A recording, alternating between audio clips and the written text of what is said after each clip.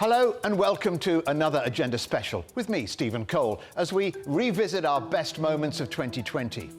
Last week, we looked back on the major changes brought about by COVID-19. So before we enter a new year this week, we're looking at some of the stories we covered away from the pandemic.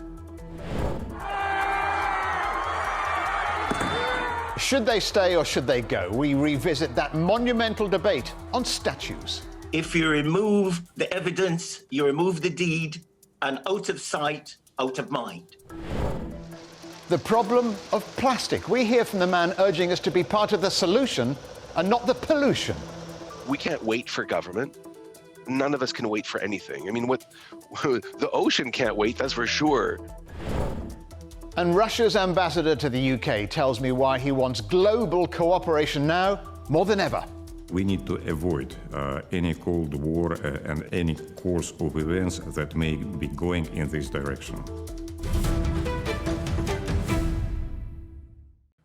One of the biggest stories at the beginning of 2020 was the extraordinary flight of the former Nissan boss, Carlos Ghosn, apparently smuggled out of Japan in an instrument case to escape the charges he was facing there.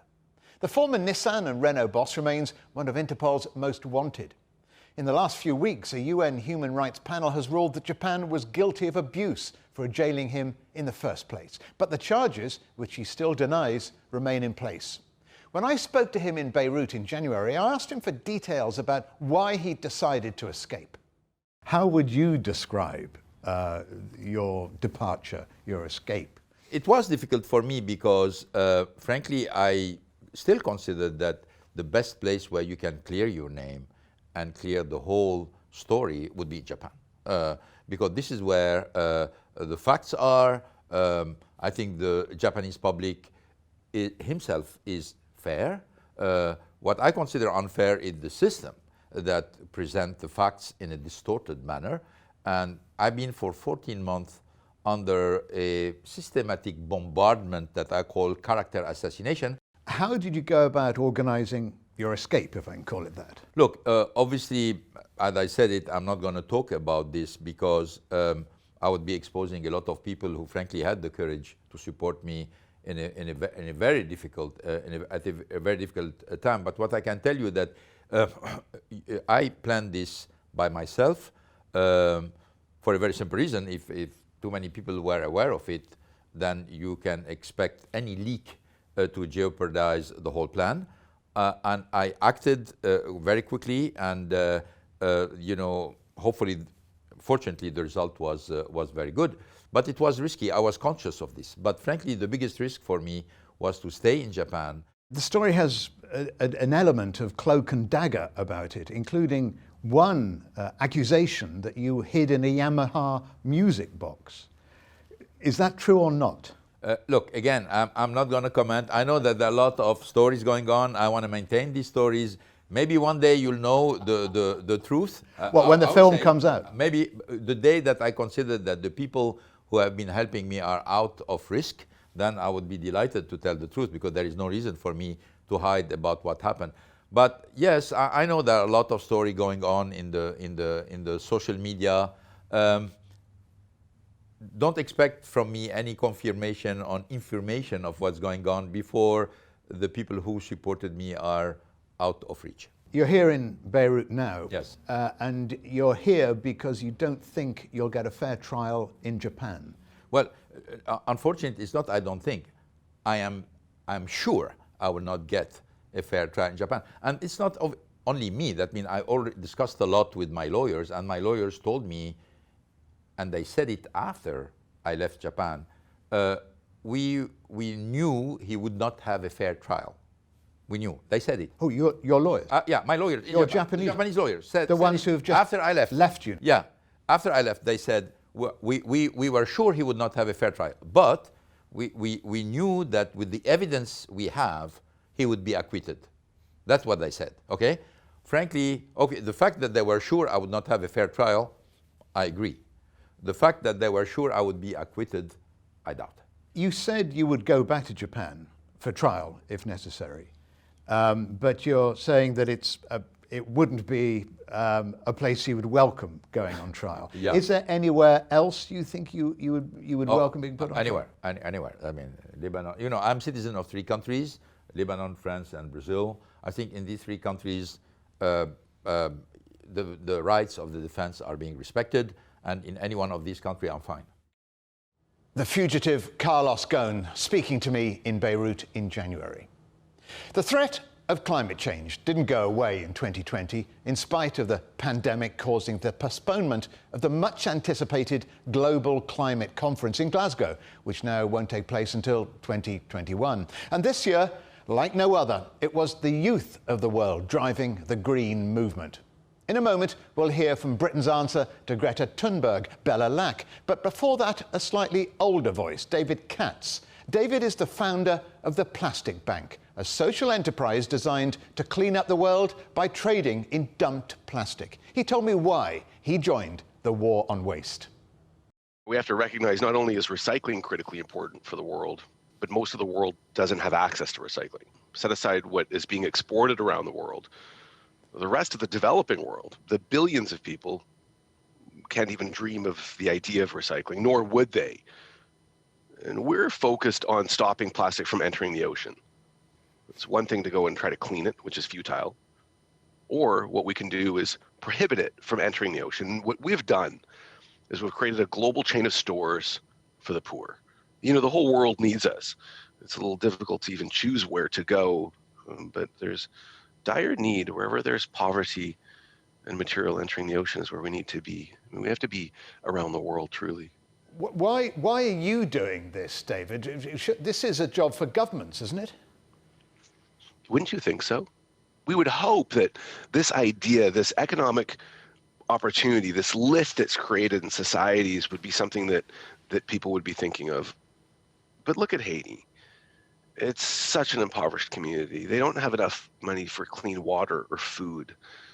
The last thing that they're thinking about is recycling. Even the solid waste is basically a truck with guys with shovels that go through the streets. It seems to be an endeavor that is hard to tackle for some, but private business, social enterprise, ones with soul, ones with the knowing that the more abundance they create for the world, the more that they can create for themselves as well. That's what we're doing. We can't wait for government. None of us can wait for anything. I mean, the ocean can't wait, that's for sure. And so there's immediacy. And we would hope that government at some point would begin doing what we do as well. How super important. Everyone needs to be a part of the solution and not the pollution, Stephen. So you're obviously doing a very important job, but is this really your job? And if it isn't the government's job, if they're not doing it, what about big business? Surely you're an entrepreneur. If big business got involved around the world, we'd see a change almost overnight, wouldn't we? We're here because of big business. Of course it's their responsibility. We're here strictly as a result of shareholder return first. How might we sell more, distribute more, gain more market, add to an additional quarterly result? You know, around the world there are these little, what's termed multi-layer sachet, this little package sold to the poor for pennies, selling billions and billions every year from every consumer goods organization into every emerging economy, comprehensively non-recyclable, made that way so that it could hold high quality printing. We can't be confused. It is as a result of big business, and it is big business that needs to step up and make change. Now, we certainly try to engage those who are powerfully participating, like Henkel, the family is remarkably focused on sustainability and creating great change. SC Johnson, one of our customers, a family business as well, remarkably standing forward. It is the responsibility, Stephen, there should be no confusion. 17-year-old Bella Lack. She's very young, but already she's a global ambassador for conservation, including the Born Free Foundation and the African Wildlife Foundation. I've come here to the Royal Botanical Gardens at Kew to find out more about her activism. Bella, was your love of conservation born out of fear or hope? As a very young child, I was always bringing in ants and snails to the kitchen, and my parents didn't like that. But I was always bringing little things in, and you know, some children just love nature. In fact, I think all children love nature, and some children hold on to that, and I held on to that. And then when I was about 11 or 12, that love and that passion translated into a concern, because I watched a video about palm oil and the effects of deforestation on orangutans, and suddenly it was like, how could we be doing that to a species so alike to us? Why does your generation care so much about the environment? The planet that existed maybe 100 years ago has been transformed and is being transformed, and we're not going to have the future that every generation should be passed on.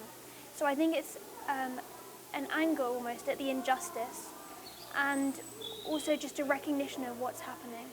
Do you sometimes feel a bit angry at your parents' generation and their seeming disregard about climate change? Every day you can't feel anger and despair. I'm not an optimist or a pessimist, I'm more of a realist, and so I look at the facts, and the terrible things are happening. But you know, there have also been great progression. Species are coming back in some areas, and so as well as feeling anger, you know, there is a lot of hope, and I think we have to hold on to that. A lot of school parties come to Kew Gardens. We can hear one in the background now, actually. What do you say to the critics who say you should be at school, not appearing on television? I agree. I should be at school. And to be honest, I would rather be at school. Not here, actually. I love being in Kew Gardens, but I don't enjoy I'm not a particularly extroverted person, and the protesting and the emails and the conference calls aren't my passion. You know, it's just like if you see your house on fire, you put out the flames, and that's what the youth movement is. It's people recognizing that we have to do it. And that's why sometimes I don't even like the label activist, because I think and many other young people are doing what we have to do, and it's not about some of us are activists and the rest of the people don't do anything. It's right now everyone has to be doing what we can. People compare you to Greta Thunberg. Do you compare yourself with her or to her? No. We're very different. I campaign more for biodiversity and wildlife, but also it's a movement, and she says herself that she's not a leader of the movement. And this whole thing about the Greta Thunberg of England or the Greta Thunberg of New York, I think it's quite a flawed way of looking at it, because it's really putting the focus on the people. What's your message, Bella? We need to completely transform the way that we think and act towards the natural world and the way that we see our place within it. Still to come here on this Agenda Special, we'll be hearing why Russia's ambassador to the UK insists cooperation is the only way to keep the peace. We will just have to work with this or that person for the better, not for the worse. And I learn how to turn winter blues into winter bliss. What I didn't know is that you can teach young people to be happy.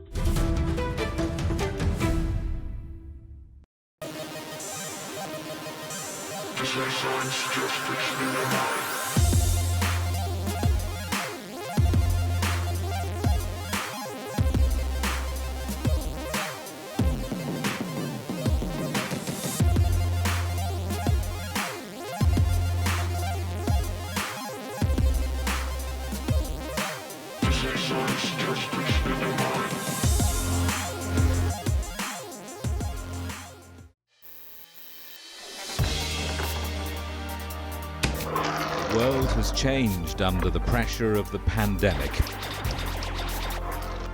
For many of us, life is returning to some kind of normal. As we're adapting to changes in all of our lives, let Global Business Europe be your guide to the new normal. Join us weekdays on CGTN.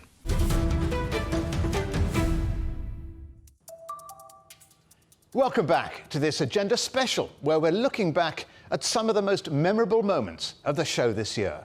2020 was a year where the concept of a new form of multilateralism was high on everyone's agenda as new splits emerged between world powers, especially over their backing for global institutions like the United Nations or the World Health Organization.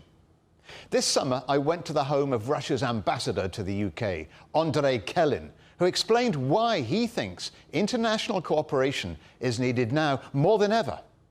In March, there was a pretty good dialogue between UK and China. UK has sent a plane with equipment to beat coronavirus to UK. There was conversations at the top, but suddenly, 2 or 3 months after that, things turned around totally. What caused that turnaround? That's a good question. Even if you know, tell me, please. You're looking bewildered about talk of a Cold War, then? We, by all means, we need to avoid any Cold War and any course of events that may be going in this direction. Can I ask you now about relations, as a diplomat, you'll know, about relations between the US and Russia. What do you make of President Trump's approach to Russia? These relations are much worse between US and Russia, I will say, because the Russian factor is the main game in the pre-election campaign. It's a kind of competition between Republicans and Democrats who will make more accusations about Russia. Now we have also a Chinese factor added to that, but still accusations of Russia now is a central piece of that. And it is very bad to the diplomatic relations, it is very bad to humanitarian and all of that. But it is different from the UK situation, because in the UK there is no electoral competition for the moment. That is why I simply do not understand why UK always in the recent weeks joins these accusational statements by Washington. And who would Moscow prefer to see in the White House, President Trump or Joe Biden? Well, this is a provoking question. We will work either with anyone who is going to win the elections, and we have no interest who is going to win. I'm sure you do, but you're being very diplomatic. Believe me, it is not the case. If you will ask me whom we are going to prefer here, conservatives or laborists, it's no matter for us. But we will just have to work with this or that person for the better, not for the worse, of course. Russian ambassador to the United Kingdom, Andrei Kelin. In May this year, the death of George Floyd, a black man killed in Minnesota while being arrested, reignited the discussion surrounding race, social justice, and equality. We looked at the origins and consequences of prejudice and asked whether or not acts like removing statues of slave owners can really remove the problems of racism. Political activist Chumani Maxwell insisted it does, but Scotland's first ever black university professor, Jeff Palmer, disagreed. If you come to South Africa, you go to Cape Town or you go to Free State or Pretoria for that matter, you find these iconographic images of the colonialists. And of course, this for us, it tells us there's still a huge racial residue of the colonial past. Part of that past is the representation and the celebration of the colonial imperialists. Okay, well, let's put that to Sir Geoffrey. Do you agree? But should we be taking down the statues of slave owners or people with links to slavery and putting up statues of abolitionists perhaps instead? If you start taking down statues, then you've got to start taking down all the other buildings and institutions linked to slavery, because it would seem a bit sort of crass to just say statues only because they're easy to take down. The point is that, as far as my view is, the statues are there to me as evidence of their behavior. What I would prefer is to have narratives put on these statues which actually describe their actions exactly as my colleague has described them. I'm from Jamaica, and Jamaica was a very important slave colony. You know, we had over 800,000 slaves. And my ancestors fought slave owners by looking at them. And therefore, you can't tell me that I can't pass a piece of metal or stone. And therefore, I really feel that, you know, there's an old colonial statement which goes as follows. If you remove the evidence, you remove the deed, and out of sight, out of mind. Chimani, how do you react to that? All of us, we know that the Jewish people were killed during Holocaust. Have people forgotten about what Adolf Hitler did to the Jewish people? No.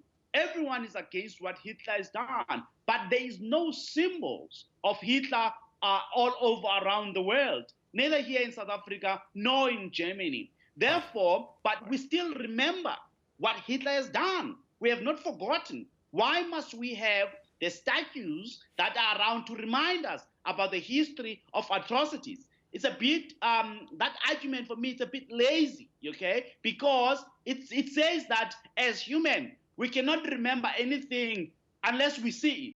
Different countries have different historic relations to prejudice.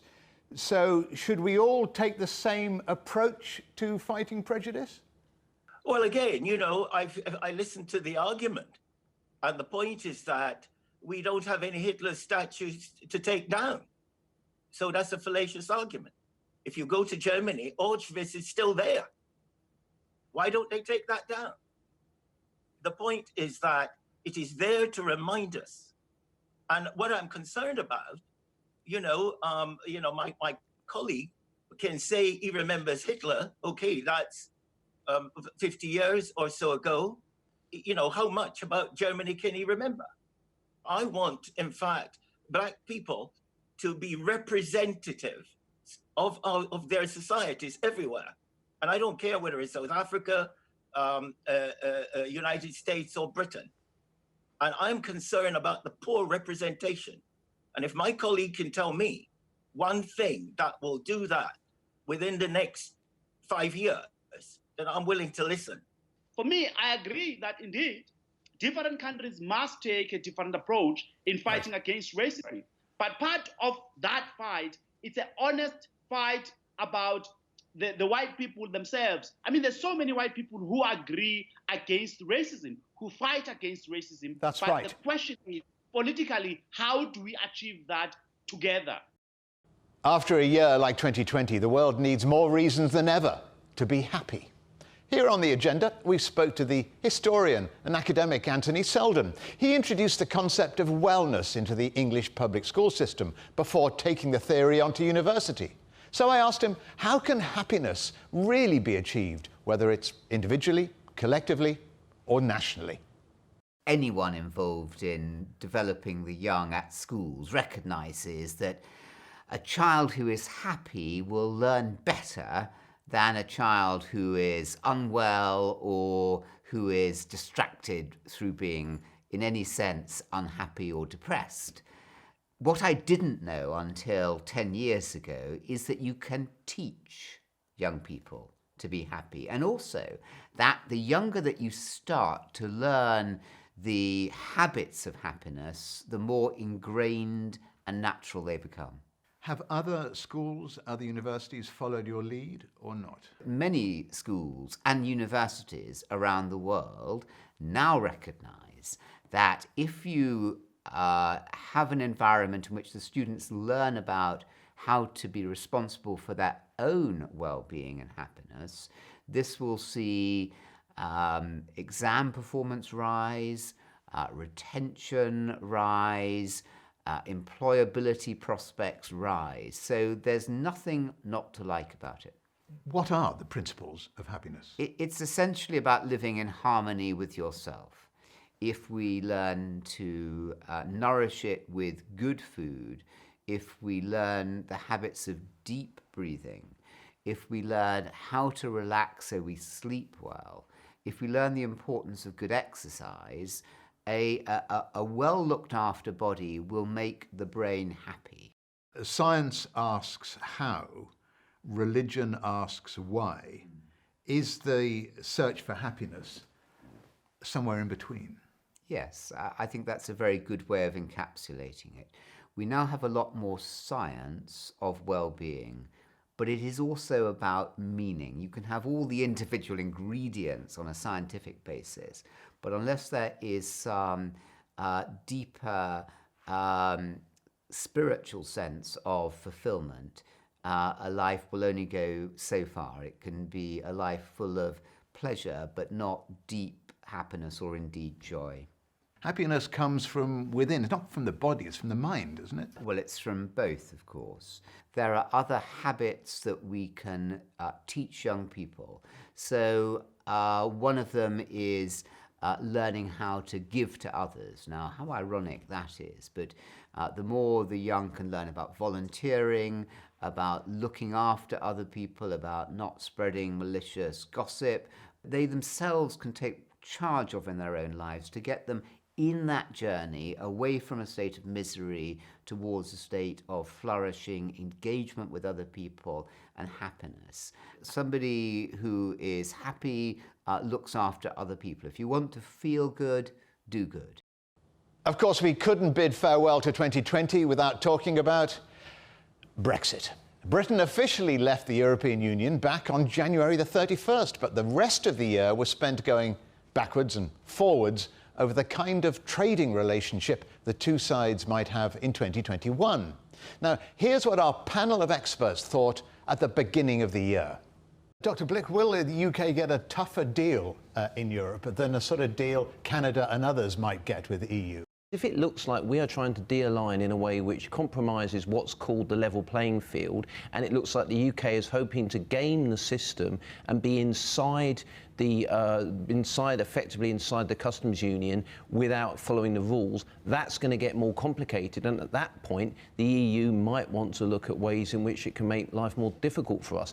And let's not also forget it factors into what other deals we might be doing, because deals with other trading blocs such as the US have implications for the deal with the EU. So again, if the EU feels we're striking a deal which somehow serves to compromise that level playing field, then the kind of punishment, or whatever you want to call it, comes into play. Punishment. Would you agree, Dr. Hadfield, punishment? The European Commission President von der Leyen made it very clear that Britain, once removed from the European Union, cannot hope to benefit from the series of rights that are accrued with membership. Membership matters, in other words. I think Britain will certainly feel the difference. Now, I think for those of us who feel leaving is a good idea, that degree of autonomy is a win. It's worth it. And those who feel, I think, that separating from Europe is not a good idea, that divergence, that gap, that chasm is going to be something that will count as a negative. They're planning to undertake parallel negotiations with the United States, possibly, with China, with Japan, with Canada. That's a huge amount of personnel. And whether they're able to do this in a way in which they can actually be very clear about what they want without confusing everybody else, I think is a major challenge. And Mark, you agree with that? And the EU will stop us to having free access, a backdoor agreement? Well, yes, there's some truth in that, but I don't think we should be too het up on sort of, is the UK going to be punished? It's all as if we trade with them, but they don't trade with us. There is a mutual benefit in making sure that this deal's done. It's quite right that we've got to do other deals at the same time. This is like playing multi-dimensional chess, and quite possibly the first wave of immigration we need into Brexit Britain are experts from elsewhere who know how to negotiate trade deals, because that's not something we've done in the last few decades.